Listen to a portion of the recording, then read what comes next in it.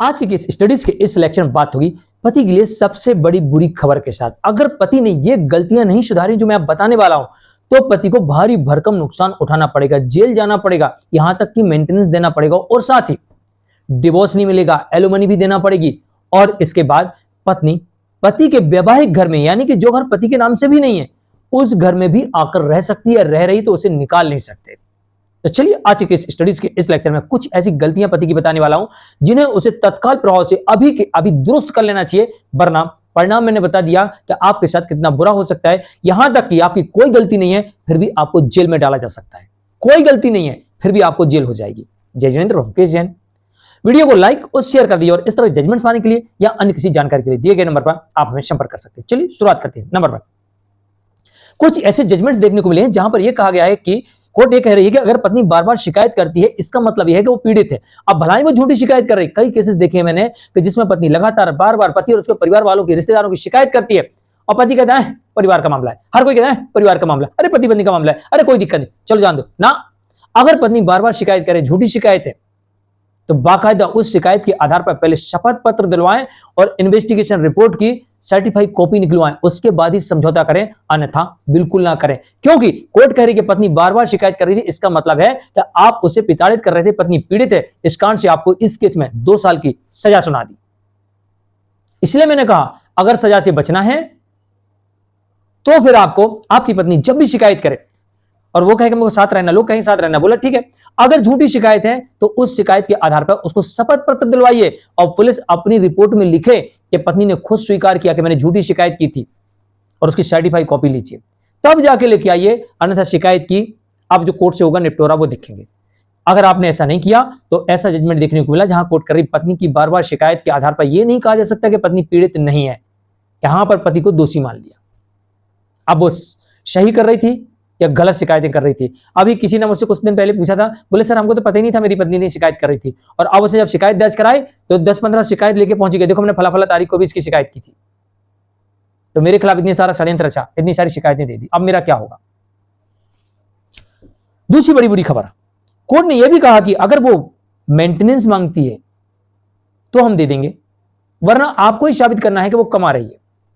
अगर वो यहां पर मेंटेनेंस लेनी आती है तो आपको साबित करना पड़ेगा, सबूत देना पड़ेगा कि वो कमा रही है, वरना हम मेंटेनेंस लगा देंगे। सिर्फ पत्नी इतना कहे कि हम बेरोजगार हैं, हम पीड़ित हैं, हम उसे मेंटेनेंस दे देंगे, वरना आपको ही सबूत लेके आना है कि भाई वो कमा रही है, कमा सकती है, कमाने के काबिल है, कमा रही थी, आपको ही सबूत लेके आना है, वरना हम मेंटेनेंस लगा देंगे। ये आपके लिए दूसरी बड़ी बुरी खबर है कि यहां पर पत्नी को सिर्फ कहना है और आपको उसके इनकम के सबूत देना, तो ही आप बचोगे, वरना देना पड़ेगा। अडल्ट्री की बात करोगे तो भी आपको ही सबूत देना है, बिना किसी कारण के अलग रह रही है तो भी आपको ही सबूत देना है, पर आपका वो सहमति से अलग रह रही है तो आपको ही सबूत देना है, वरना मेंटेनेंस तय है। नंबर 3, कोर्ट ने कहा कि अगर पति के पास में तलाक के लिए पर्याप्त सबूत नहीं है तो तलाक नहीं मिलेगा। क्या कहा कोर्ट ने?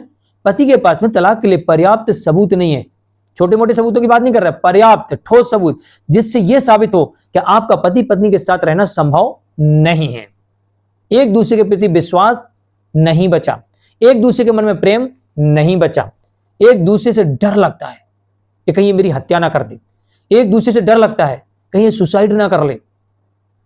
मतलब आपके जीवन साथी के प्रति आपके मन में इतना डर बैठ गया कि अगर इसके साथ रहेंगे तो मेरी हत्या कर देगी, अगर हम इसके साथ रहेंगे तो सुसाइड कर लेगी, अगर हम इसके साथ रहेंगे तो मुझे मार देगी, मरवा देगी, या फिर इसकी कोई बात पर भरोसा नहीं, झूठ बोलती, या फिर ये एडल्ट्री में है या रीमैरिज कर चुकी है।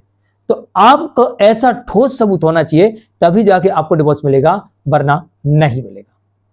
अब आप बोलोगे साहब मन में डर है वो सुसाइड कर लेगी, तो आपके केस में, आपकी कंप्लेंट में, आपकी शिकायत में उसके सुसाइड का कारण भी होना चाहिए कि सुसाइड करने का बार बार प्रयास करती है, किन कारणों से करती है, कब कर रही थी, किस वजह से कर रही थी, इसका पूरा वर्णन भी होना चाहिए, और साथ में कोई वीडियो हो या कोई ऑडियो हो या फिर कोई आई विटनेस हो, वो भी सबूत के तौर पर आपको रखना चाहिए। खैर एक केस में ऐसा भी देखा गया कि पति के पास कोई सबूत नहीं था, पति कह रहा था मेरी पत्नी बार बार सुसाइड करने की धमकी देती है, तो कोर्ट ने कहा कि पति का क्रॉस एग्जामिन, शिकायत से लेकर क्रॉस एग्जामिन तक पति अपनी बात पर अड़ग था और स्पष्ट तौर से कह रहा था कि पत्नी बार बार आत्महत्या करने की धमकी देती थी।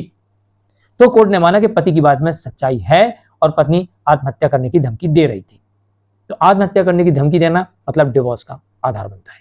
वो भी बिना किसी कारण के आत्महत्या करने की धमकी देने पर डिवोर्स का कारण बनता है।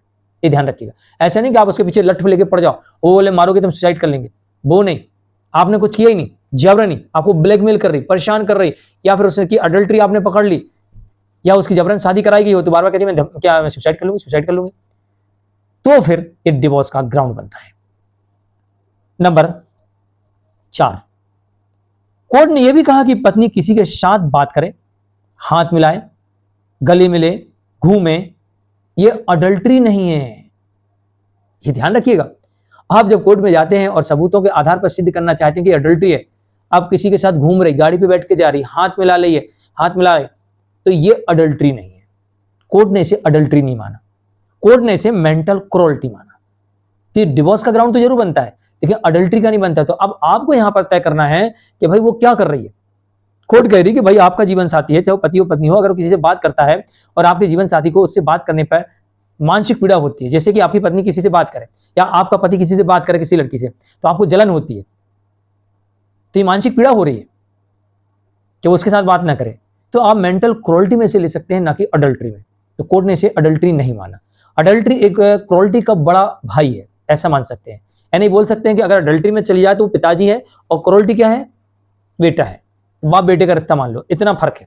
तो अडल्ट्री कोर्ट तभी मानेंगी जब उसमें आपत्तिजनक चीजें नजर आएंगी। नंबर 5, कोर्ट यह भी कह रही है कि पत्नी को वैवाहिक घर में रहने का अधिकार है। अरे भाई वो घर पति के नाम से नहीं है।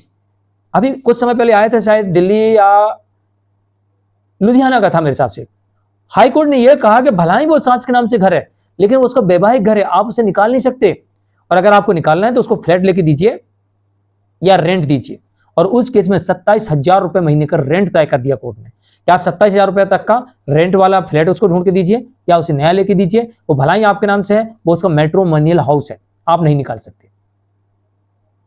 अगर पति चाहता है कि पत्नी उसके घर में नहीं रहे, तो यहां पर बहुत सारी कंडीशंस अप्लाई होती हैं, तभी उसे निकाल सकते हैं या घर में घुसने से रोक सकते हैं।